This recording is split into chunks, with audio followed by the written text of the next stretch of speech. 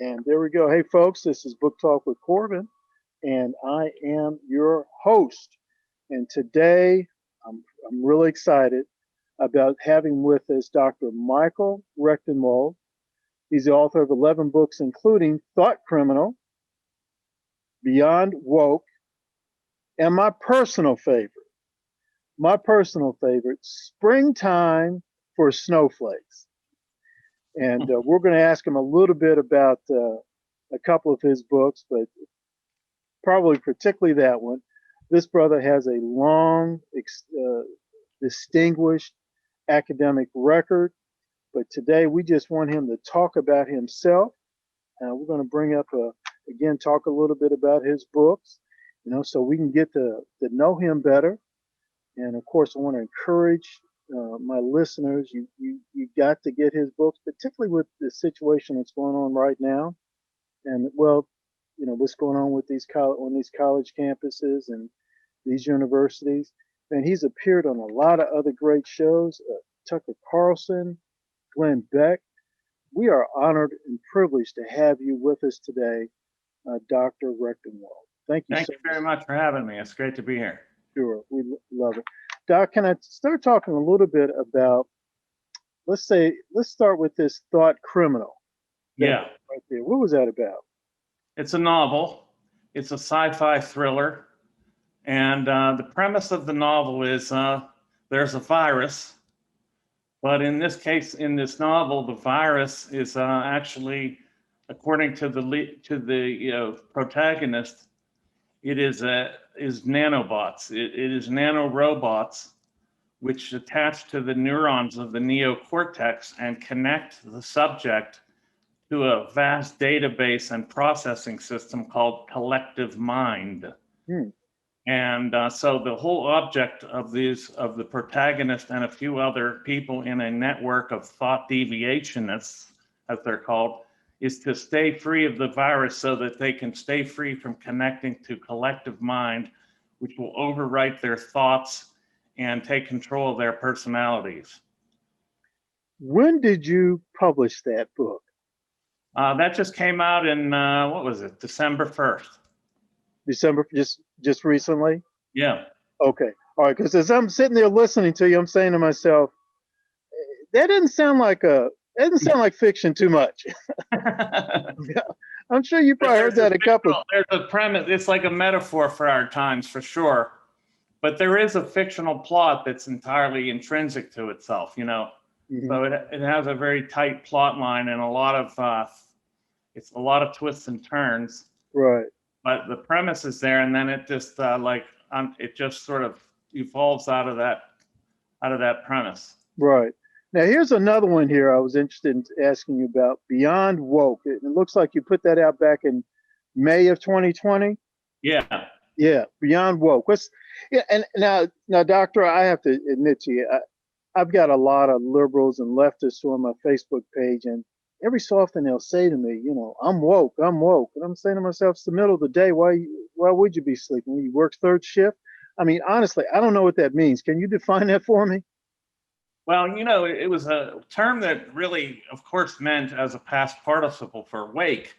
So to be woke was to be having woken up, having awakened from sleep. But it came to represent being alert to social injustice. And then that was in the 70s. That's when it started being used that way. Mm-hmm. And then today it means basically being, aware of social, racial injustice and so on and so forth. So it is a term that means like being highly sensitive and being alerted to in your conscience to injustice, and then changing your beliefs and behaviors on the basis of it. Mm-hmm. Now, what I'm talking about in Beyond Woke, as I say in the introduction to the book, problem with wokeness is it's a compulsion on the part of a community to act a certain way and believe a certain way. Mm-hmm. And I suggest that is not, that you can't act morally unless you're acting out of freedom. So Yes. whenever compulsion is the reason for your acting a certain way, that is not acting morally, and it's not acting out of freedom. Yes. So to be beyond woke is to be free. Okay. And some of as you were going over that definition with me, I was just sort of thinking about some of the things my father encountered, and Yeah. it wasn't a matter of having to be woke to anything. It was like he was told in several times, well, because you're black, we're not going to hire you. Yeah. You need to be woke, to that. But now I'm hearing this stuff about being woke and dog whistles. It's like, Yeah. Right. you got to tell me there's an injustice there. If you got to tell me it's there, and Yeah. if you got to tell me I have to think and feel a particular way, then maybe it doesn't exist. Exactly. I mean, Exactly. So it's that's a series of essays, that book, Beyond Woke. So some people have described it as like it's like some have described it as the best, greatest hits of Michael Rectenwald, or it's like the introduction to my work.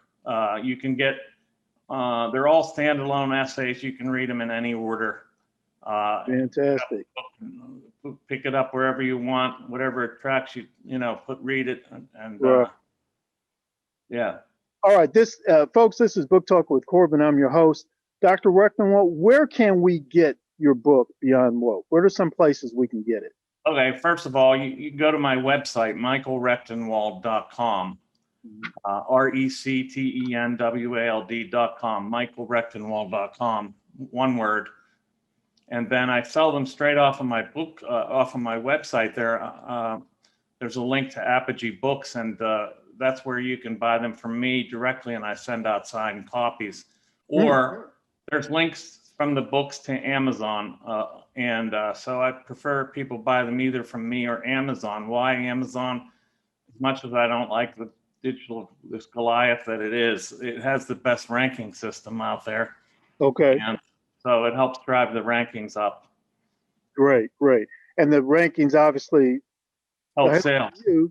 It's fantastic. Okay, so before we end the interview, I'll ask you to cite that website again, because we obviously we want to push up that ranking. We definitely want to do that. Now, here's my last question. It's going to be my favorite one. Your book, Springtime for Snowflakes.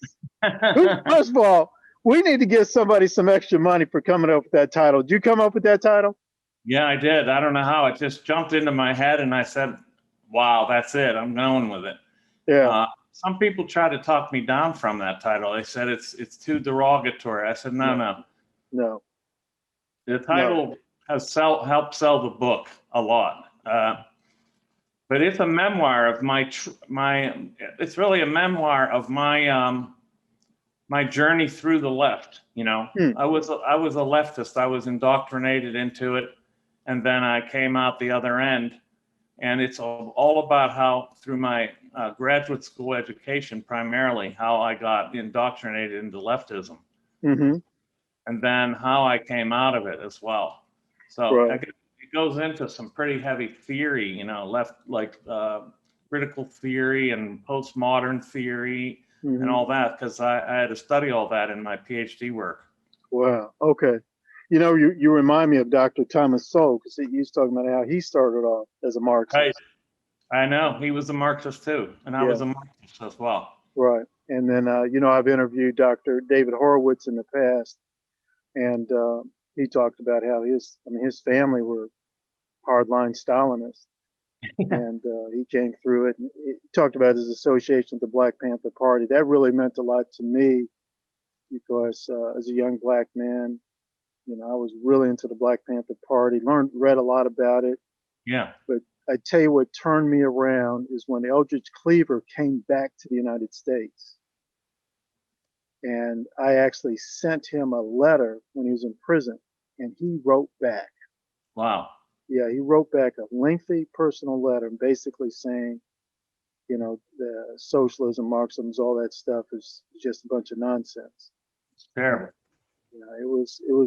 It was really something for me, and I read his book Soul on Fire. But no, when I love your title. I'm so glad you did not change that. It reminds me of the part in the movie The Producers where, course, that's where I got it from. yeah, Big I time said, for Hitler.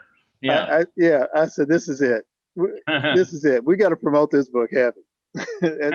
This brother's got a brilliant mind right there. Dr. Rectenwald, are you teaching at any particular campus right now? No, I'm not teaching. I'm just writing. I'm writing for the Mises Institute and writing my books and promoting them. That's all I'm doing right now. Okay, great. That's fantastic. And we got about 4 minutes here. Is there some topics that's hitting the news that you just like to quickly comment on? Yeah, I'm really concerned about what I see going on in DC, the way the police they got 30,000 National Guards for the inauguration, and I just wonder what they're trying to do here. I'm nervous about socialism being rolling into this country and our liberties being taken away. It's mostly for our liberties being taken away that I loathe socialism. Yes. And how they dupe you in with this economic paradise routine while it really is a bunch of oligarchs that are squashing you in effect. It becomes a dictatorship and there's no other way. It has to evolve into that. That's really what alarms me today. And so and a lot of my writing is about that and how I think I understand it from the inside out, having been a Marxist. Yes. So I know I know how they appeal to people, and I know exactly what's wrong with it and what's wrong with that appeal. So, yeah, that's what I write a lot about. Yeah, fantastic. This is Book Talk with Corbin. I'm your host, and I really want my listeners, please go to his website, go to Amazon, get his books, listen very carefully to what this brother just said, last few sentences there. People like him, Dr. Thomas Sowell, David Horowitz, and even myself, we've been there. We know what they're about. And so, folks, listen to what we're saying. I myself was in Zimbabwe soon after Mugabe took power. And let me tell you something. The people I met with in Harare, I thought they'd be all enthusiastic and happy to want to talk about the revolution and all this other kind of stuff. Doctor, they feared openly talking about things. Wow. Yeah, they feared it. Wow. And they thought I was an agent. Wow. Yeah. What happened? We've ushered in the socialist utopia, the paradise. They forget about the totalitarian part. Right. They conveniently they missed that one. They missed that part of the play.